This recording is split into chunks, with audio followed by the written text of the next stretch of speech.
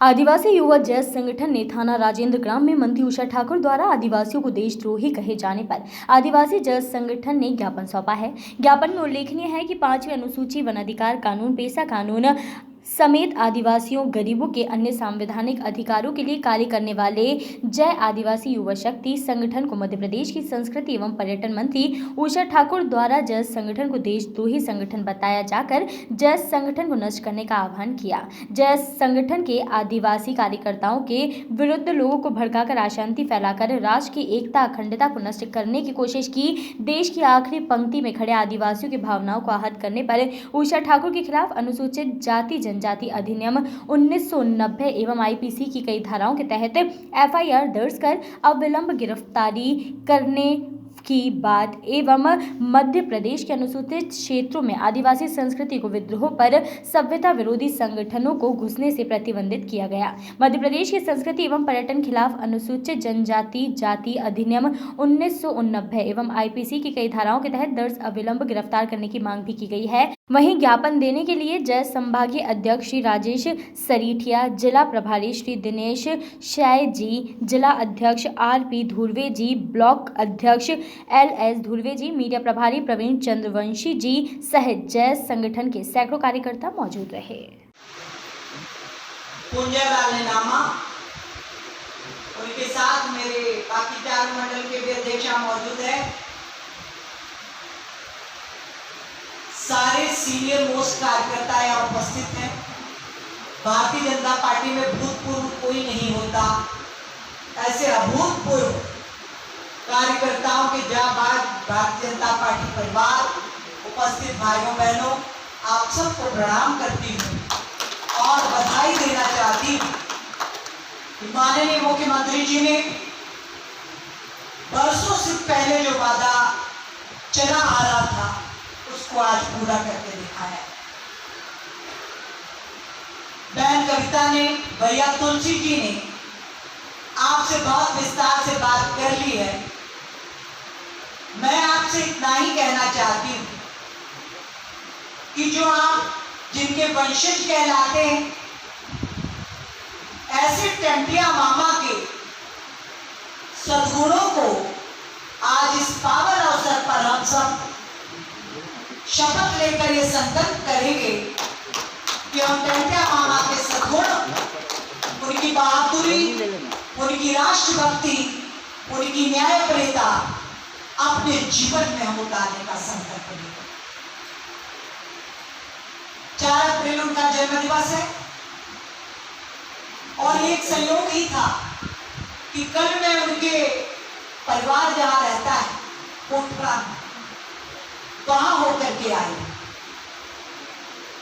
हम सब जानते हैं आजादी के अग्रदूत क्रांतिकारियों ने जितने असहनीय कष्ट सहे, उसकी कल्पना आप और हम लोग यहाँ बैठ के कर नहीं पाए।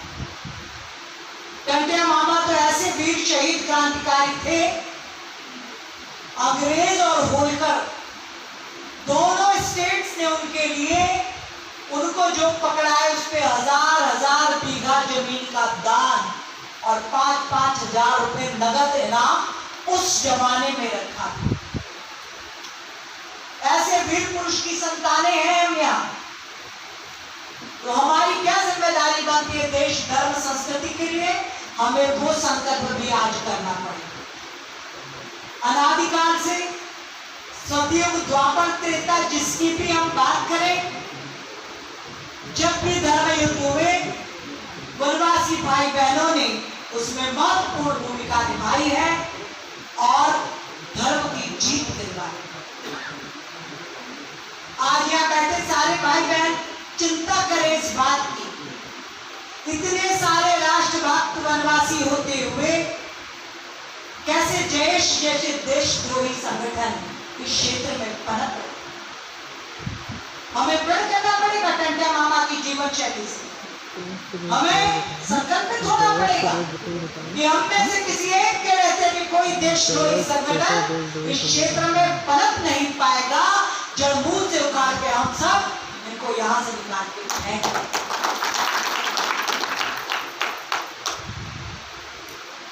पीछे लोग बैठे संकट के साथी मुझे दिखाई नहीं देते। जो इस पावन संकल्प के साथ है, दोनों हाथ ऊपर उठाइए, जोर से ताली बजाइए और मेरे साथ ये कर दोहराइए। दोनों हाथ ऊपर कीजिए। हम सब, सबकी आवाज आनी चाहिए पूरी ताकत से। हम सब टंटिया मामा की शपथ खाते हैं कि अपने होते हुए किसी देशद्रोही संगठन को इस क्षेत्र में पनपने नहीं देंगे। मां भारती की सच्ची संतानें बनकर देशभक्ति के कार्य में जुटे। बोलिए टंटिया मामा की, भारत माता की। टंटिया मामा के सम्मान में मैं कहना चाहती हूँ, राष्ट्र आज उनकी जय बोल, राष्ट्र आज उनकी जय बोल, कलम आज उनकी जय बोल, जो चढ़ गए पुण्य वेदी पर लिए बिना गर्दन का मोल। साक्षी हैं जिनकी महिमा के सूर्य चंद्र भूगोल खगोल, राष्ट्र आज उनकी जय बोल। और यदि उनकी जय बोलना है, उनकी जय बोलना है, तो हमें उनके जैसा कार्य करके दिखाना पड़ेगा। हमें ध्यान देना होगा हमारे बच्चे किस दिशा में जा रहे हैं। हमें प्रण करना पड़ेगा नशा मुक्ति का। ये अंग्रेजों का, ये कांग्रेसियों का षड्यंत्र था कि वनवासियों को परंपरा के नाम पर दारू में डुबो के रख दो। ये षड्यंत्र हुआ आपके साथ आजादी के 70 साल में कि इनकी तो परंपरा है भाई, ये तो महुआ उबालेंगे पिएंगे। क्यों? क्योंकि यदि आदिवासी आकर नशे में डूबा रहेगा तो कभी अपने अधिकारों को जान नहीं पाएगा, मान नहीं पाएगा, उन्नति और प्रगति नहीं कर पाएगा। इस साजिश से बचना होगा भाई। प्रण करना पड़ेगा नशा मुक्ति का। अपने अपने ग्राम पंचायतों को हम कैसे अपनी युवा पीढ़ी को नशे से बचाएं, ये कार्य योजना आज अपने दिल दिमाग में बना कर ले जाना। और टंटिया मामा की शपथ खाई है। शपथ कोई झूठी खाता है क्या? भारत भूमि पे जन्मा कोई व्यक्ति जल, जमीन और जंगल की झूठी शपथ नहीं खाता। आज जो जमीन का टुकड़ा आपको मिला है, मां भारती का जो हिस्सा आपके खाते में आया है, उसकी प्रतिज्ञा है, उसका प्रण है कि धरती के रक्षक बन जाना। जितना जमीन पट्टे में मिली है उससे 1 इंच ज्यादा भी अतिक्रमण करने की कोशिश मत करना। यहाँ डीएफओ मैडम बैठी है, जितना पट्टा जिसको मिला है, क्या हम प्रशासन के साथ कोई ऐसी कार्य योजना बना दें कि उस पूरी पट्टा भूमि का सीमांकन करते हुए वहां पर बांस के पेड़ लगा दें, कोई फलदार पेड़ों की एक पंक्ति खड़ी कर दे, ताकि पशु पक्षियों को भी फल मिल सके, हमारे बच्चों को भी पोषक आहार मिल सके और हमारी सीमाएं भी सुरक्षित। जमीन बचाना भी आपकी हमारी जिम्मेदारी है। एक प्रार्थना बहन कविता ने करी, मैं भी हाथ जोड़कर प्रार्थना करना चाहती हूँ। आज वन भूमि का 50% हिस्सा पट्टों के रूप में बढ़ चुका। यदि हम सबको हमारे आने वाली पीढ़ी को जीवित रहना है तो शुद्ध हवा चाहिए, शुद्ध पानी चाहिए। आपको जितने पट्टे मिल रहे, आपसे प्रार्थना करते हैं कि उसमें जैविक खेती करना। यदि आप भी फर्टिलाइजर्स, रासायनिक खादों की तरफ बढ़े तो जंगल की वो पावन जमीन का जल भी दूषित हो जाएगा और आने वाली पीढ़ी के लिए पीने लायक पानी हमारे पास बच नहीं। मैं जहां जाती हूँ किसानों से पुरजोर अपील करती हूँ कि रासायनिक खादों का उपयोग करके हमने उत्पादन तो बेशक बढ़ा लिया, पर मेरे साथ कपूर चलो, हरसोला चलो, कई सारी पंचायतों में चलो, एक घर छोड़ के हर एक घर में कोई कैंसर का मरीज मिलेगा, कोई किडनी का पेशेंट मिलेगा, कोई हार्ट डिसीज से परेशान व्यक्ति मिलेगा। बेशक अन्न का उत्पादन बढ़ा, पर खाने वाले जीवित रहे, ये भी चिंता करना पड़ेगी। और ये चिंता वही कर पाएगा जो सच्चा धरती पुत्र होगा, जो जैविक खेती का संकल्प ले। आपको आज पट्टा मिला है, बहुत बधाई है। एक मामा टंटिया, दूसरा मामा कौन है? मुख्यमंत्री।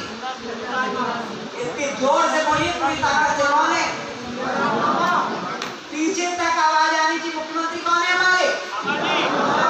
नाम बोलिए पूरा। एक मामा टंटिया और एक मामा शिवराज चौहान। ये जो महान आत्माएं है ना, कहीं जाती नहीं, लौट लौट के फिर जन सेवा के लिए बीच में आ जाती है। तो दोनों मामाओं में कोई अंतर नहीं, उन्होंने भी सबका दर्द समझा, इन्होंने भी जाना और आज पट्टे दे दिए। आप देखिए, कोई नेता बने, साल 2 साल 4 साल में उसका वजन बढ़ जाता है, उसके रहन सहने के तरीके बदल जाते हैं। पर हमारे मुख्यमंत्री ऐसे हैं कि 15 साल में 15 ग्राम वजन भी कभी हमने उनका बदला। चिंता है कैसे समाज के अंतिम व्यक्ति की सेवा में जुट जाऊं, कैसे इनका जीवन मैं खुशहाल कर दूं। तो आप सबकी भी ड्यूटी बनती है कि कैसे हम धर्म संस्कृति राष्ट्र के सच्चे रक्षक बनते खड़े हों। क्या आप बताएंगे मुझे कि यह पट्टा वितरण कार्यक्रम किस खुशी में रखा गया है? किनका जन्म सप्ताह मना रहे हैं हम? आगे वाली लाइन नहीं बोलेगी। किसका जन्मदिन मना रहे हैं हम? इतनी धीरे आवाज बिल्कुल मजा नहीं आ रहा है। राष्ट्र नायक नरेंद्र भाई मोदी का जन्मदिन है। उनके जन्म दिवस को सप्ताह के रूप में, सेवा सप्ताह के रूप में मध्य प्रदेश की सरकार मना रही है। उसी सप्ताह के अंतर्गत आज वनवासी भाई बहनों को पट्टा वितरण कार्यक्रम। तो राष्ट्र नायक मोदी जी को भी जन्मदिन की कोटि कोटि बधाई हम सब मिलकर देते हैं और प्रभु से प्रार्थना करते हैं कि ऐसा संवेदनशील नेतृत्व केंद्र और प्रदेश में सदैव बना रहे, आप सबका स्नेह रहे, इतनी प्रार्थना करते हैं। बोलिए भारत माता की जय। कैनन न्यूज के लिए अनूपपुर से चेतन गुप्ता की रिपोर्ट।